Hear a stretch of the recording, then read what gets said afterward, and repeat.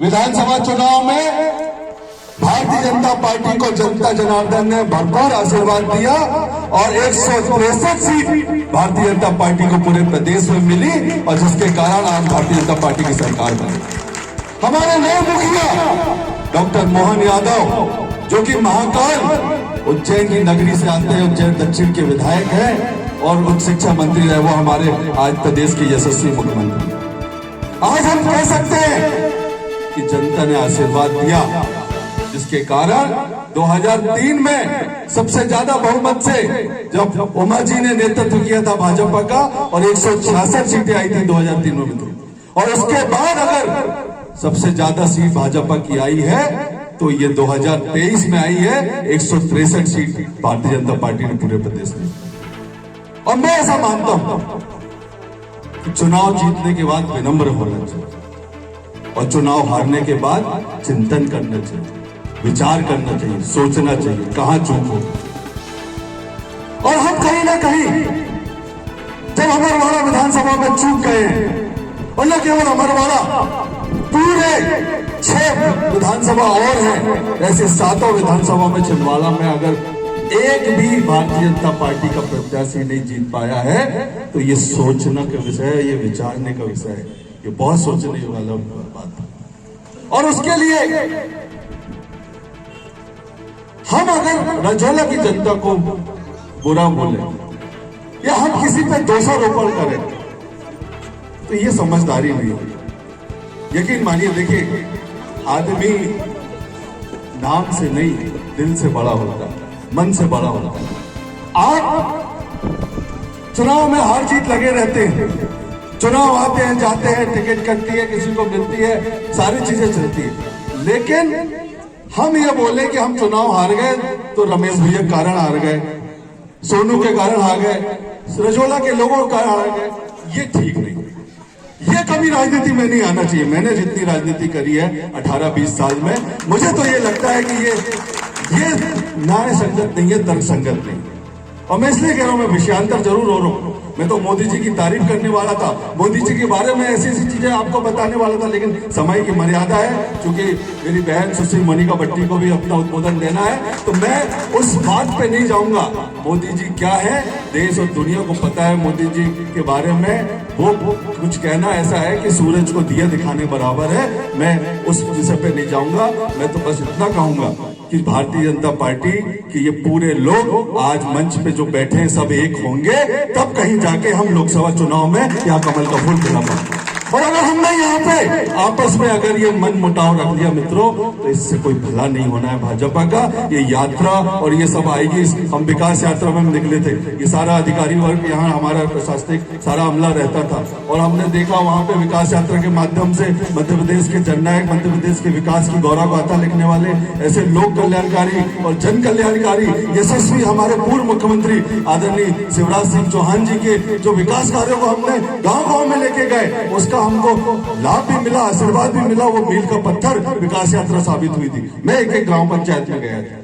और अगर ये आज संकल्प यात्रा आई है, विकसित संकल्प यात्रा भारत की, और मोदी जी ने जिस सोच के साथ आज से 2 दिन पहले 16 तारीख को वर्चुअली मध्य प्रदेश, छत्तीसगढ़, राजस्थान, तेलंगाना, मिजोरम ऐसे 5 राज्यों में और उसको झंडी दिखा के रवाना किया था कि गांव गांव में ये विकास संकल्प यात्रा जाएगी और जाके जो केंद्र सरकार की योजनाओं के जो पात्र हितग्राही हैं, जिनको लाभ नहीं मिल पाया, और इसका लाभ आने वाले समय में लोकसभा चुनाव हो, इस सोच के साथ अगर मोदी जी ने ये यात्रा निकाली है और उस सोच को हम अगर सफल नहीं कर पा रहे हैं, तो मुझे नहीं लगता कि विकास यात्रा में हम अपनी सहभागिता कर पा रहे हैं या हम अपने आपके साथ और पार्टी के साथ न्याय कर पा रहे हैं। हो सकता है मेरी बात किसी को बुरी लगे, लेकिन अगर हमारे यहाँ आना तभी सफल होगा जब हम अपने मन के ये मिटाव जो है, मन मिटाव जो दूर करें और सब एक साथ लग जाए भारतीय जनता पार्टी के काम करने में। तो हमारा लक्ष्य भारत माता को परम वैभव में पहुंचाना है। हमारा लक्ष्य मोदी जी को फिर से 2024 के चुनाव में प्रधानमंत्री के रूप में देश का नेतृत्व करने के लिए पहुंचाना है। हमारा लक्ष्य है। जो मैं ये एक बात बोल के अंतिम बात बोल के अपनी वाले का देखिए, जो व्यक्ति चौथी लाइन में बैठा था जब विधायक दल की फोटो हो रही थी भाजपा कार्यालय में, मैं भी भोपाल में था उस दिन, जो व्यक्ति चौथी पंक्ति में बैठे थे, उस व्यक्ति को, डॉक्टर मोहन यादव को, भाजपा के हमारे नरेंद्र मोदी जी, अमित शाह जी ने और जेपी नड्डा जी ने, राष्ट्रीय अध्यक्ष जी ने उसको पहली पंक्ति में ला दिया। और वो मोहन यादव आज प्रदेश के मुखिया है, मुख्यमंत्री है।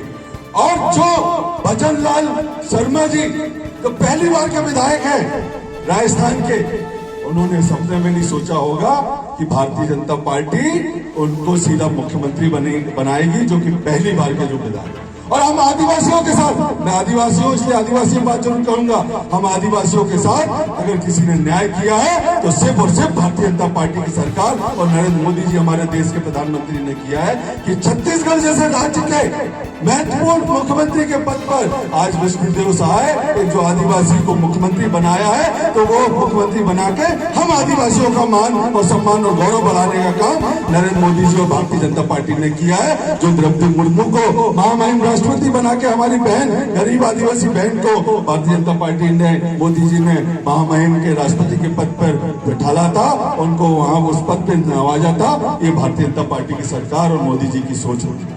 इसलिए मैं फिर कह रहा हूं कि दुनिया को सारे संकटों से मुक्ति, भौतिकता की अग्नि में दग्ध विश्व मानवता को शाश्वत शांति के पद का दिग्दर्शन अगर कोई कराएगा तो एक दिन मोदी जी के नेतृत्व में भारत देश कराएगा, भारतीय जनता पार्टी की सरकार करेगा। और इसलिए हम सब एक हो जाए और हम सब मिलकर लड़े और भारतीय जनता पार्टी का कमल छिंदवाड़ा जिले में खिलाए और यहाँ का लोकसभा में प्रत्याशी भारतीय जनता पार्टी का सांसद बन के जीते। और आपका आशीर्वाद मुझे मिलेगा, आपका आशीर्वाद भारतीय जनता पार्टी को मिलेगा, आपका आशीर्वाद पूरे मंच को मिलेगा। और आपके आशीर्वाद के कारण ही रजोला के अभी रमेश भैया कह रहे थे, एक बूथ जरूर जीतते हैं सोनू, एक बूथ जीतते हैं। सोनू, तुम छोटे भाई हो, तुमको एक सलाह है, कभी जनता को पाप और पुण्य का नहीं बताना। जनता हमेशा पुण्य करती है, कभी पाप नहीं करती। जनता जनार्दन है, ये भगवान है, जनता से कभी पाप नहीं करवाओ। जनता ने जो किया है जनता उसको सुधार करेगी। आने वाले समय में रजोला के दोनों बूथ कैसे जीते, उसके आशीर्वाद के लिए हम लोग प्रण करें, कसम खाएं और उनका आशीर्वाद जीते, उनका आशीर्वाद प्राप्त करें। और इसी तारतम्य में मुझे लगेगा कि लोकसभा चुनाव में सरपंच महोदय चिंता नहीं करना महोदय, अगले 2024 के, अब मैं एक बात और अंतिम बात बोल के अपनी वाणी खत्म करूंगा। आने वाले विधानसभा में तो जो हो गया निकल गया, लोकसभा चुनाव में आप सब लोग प्रतिज्ञा करो, प्रण करो, कसम खाओ कि रजोला के दोनों बूथ भारतीय जनता पार्टी की सरकार जीतेगी। और जो यहाँ मन से अगर कुछ गलत बोला गया है रजोला की जनता के लिए, आपके लिए, तो उसके लिए मैं क्षमा प्रार्थी हूँ। मैं वो शब्द वापस लेता हूँ, कहीं भी किसी को अगर ठेस पहुंची हो उसके लिए मैं माफी जो मांगता हूँ। क्योंकि हम राजनीति में जोड़ने के लिए मित्रों, तोड़ने के लिए नहीं। राजनीति में आदमी आता है तो जोड़ने के लिए आता है। और आप सब लोग जुड़े, भारतीय जनता पार्टी जुड़े, जिनका आशीर्वाद हमको नहीं मिल पाया है उनको भी आशीर्वाद मिले। इस सोच के साथ आज आपके बीच में मैंने अपने कुछ शब्द रखने की कोशिश करेंगे। अपने बहुत दिनों बाद रजोला में आया हूँ, सब लोगों से मिलने का सौभाग्य प्राप्त हुआ है। आप सब लोगों का आशीर्वाद ऐसे ही हम पे बना रहे और ऊपर वाले का आशीर्वाद आप लोगों पे बना रहे।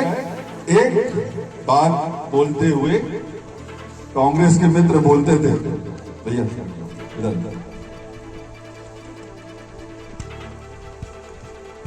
मंदिर कब बनाएंगे, तारीख नहीं बताएंगे। हम लोग बोलते थे ना, कसम राम की खाते हैं, मंदिर वहीं बनाएंगे।